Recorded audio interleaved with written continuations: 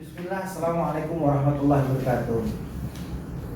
Bersama dengan kami saat ini bersama rekan-rekan sahabat keadilan di mana berada. Ini ada rekan Mas Erika mau konsultasi dengan kami terkait perkaranya.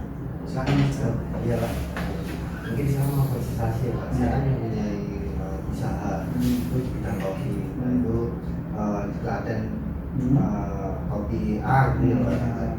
Di Ada perjanjian. Iya, ada perjanjian dan saya merasa kayak dirugikan.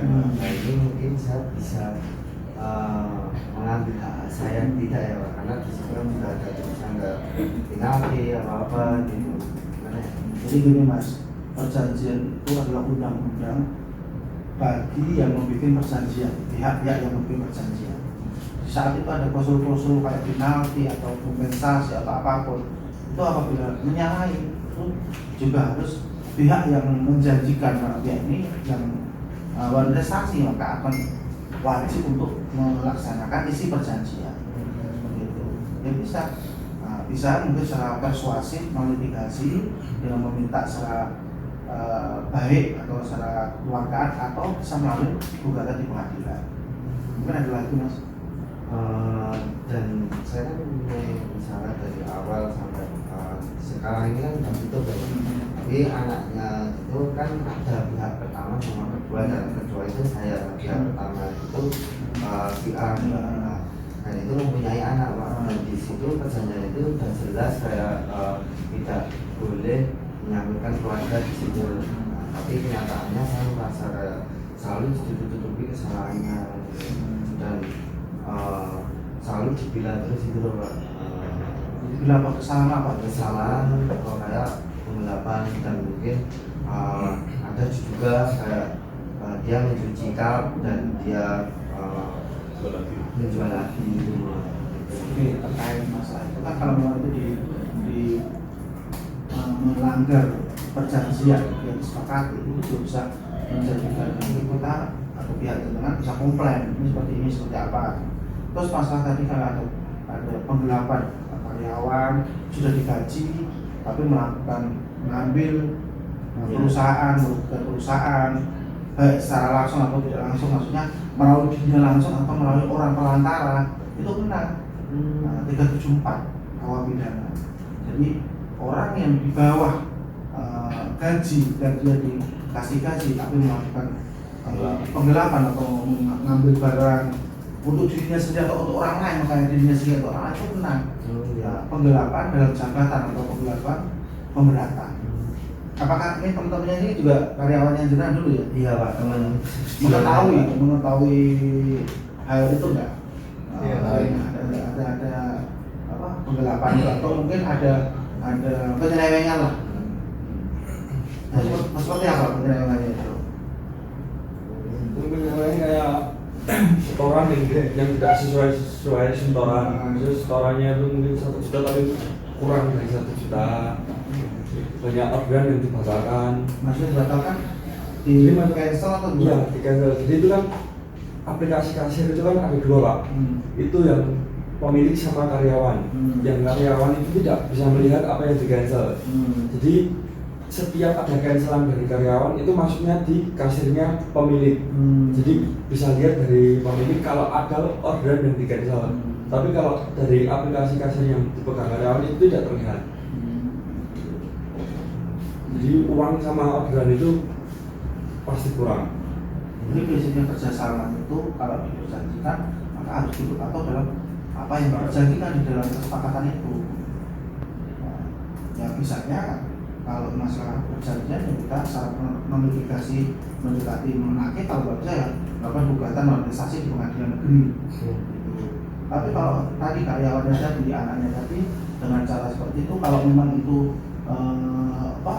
tidak mengenakan hati, bisa melakukan langkah hukum pidana, melakukan secara pidana. Nah, seperti itu masalahnya. Mungkin masalah bisa menanggapi. Ya, terus menyambung yang tadi perjanjian kan jatuh dalam pasal 1320. Jadi masing-masing pihak harus duduk dalam kesepakatan itu. Tetapi apabila ada hal-hal yang tidak dipenuhi, itu bisa dikatakan beban prestasi atau nanti perbuatan melawan hukum, tidak konteksnya nanti seperti apa. Terus kemudian waktu itu terjadi, berarti kan ada hak yang harus diperjuangkan. Misalnya gugatan tadi 1365, dalam siapa yang melakukan kerugian harus ganti rugi kan. Pada prinsipnya semua permasalahan ada konteksnya. Karena apa? Ada yang bisa masuk perdata dan pidana. Tapi kalau khusus terkait dengan perjanjian, misalnya nih ada kontrak investor masing-masing pihak satu pihak dua, yang satu menginvestkan uang atau saham, kemudian ada yang pasif dalam arti cuma menginvestkan misalnya objek atau bangunan, kemudian pasti akan timbul kesepakatan terkait dengan profit sharing-nya, misalnya 50-50, 65-40 atau berapapun itu. Nah, ketika ada hal-hal yang dilanggar atau tidak penuhi, nah itu nanti dimungkinkan itu bisa berakhirnya perjanjian, atau salah satu bisa melakukan semacam kayak komplain untuk membatalkan perjanjian, itu bisa juga. Pada prinsipnya semua tergantung nanti ya case-nya. Harus didalami dulu posisi hukumnya, perkara yang masuk seperti apa, hingga nanti akan bisa dilakukan upaya hukumnya. Misalnya pembatalan perjanjiannya, terus masuk ke dalam lagi terkait dengan manajerial. Kan pasti dalam perjanjiannya kan di masukkan klausulanya. Misalnya pihak satu punya hak dan kewajiban seperti apa, pihak dua punya hak dan kewajiban. Misalnya yang memegang kendali manajemen di perusahaan atau usaha itu pihak dua, pihak satu berarti harusnya pasif. Nah itu terjadi seperti apa? Apalagi di dalamnya tadi ada indikasi ya atau dugaan fraud, penyimpangan, atau lebih ekstrim lagi ada penggelapan yang tadi disampaikan banyak yang menyaksikan. Ada beberapa poin yang kalau secara sekilas disampaikan tadi masuk unsur pidananya. Nah itu hal itu harus dirangkai peristiwa hukumnya seperti apa, kemudian untuk menentukan langkahnya apakah ini masuk unsur atau pidana atau perdata. Jadi kurang seperti itu. Jadi walaupun sudah perjanjian, apabila salah satu pihak mengingkari atau tidak memenuhi yang diperjanjikan, itu bisa mengakibatkan berakhirnya perjanjian atau kesepakatan itu. Memang seperti itu. Kalau yang tidak melakukan apa mas? Karena ini kan akhirnya dunia masa dirugikan. Iya. Nah, ini langkah awal apa? Memperbaiki manajemen atau di close dulu sementara atau restructuring atau untuk dijadwalkan ulang untuk di perjanjian itu diperbaiki atau dilengkapi, atau perjanjian itu di bawah tangan atau sampai notaris? Akta notaris buat sendiri buat sendiri jadi tinggal di bawah tangan. Iya, di bawah tangan.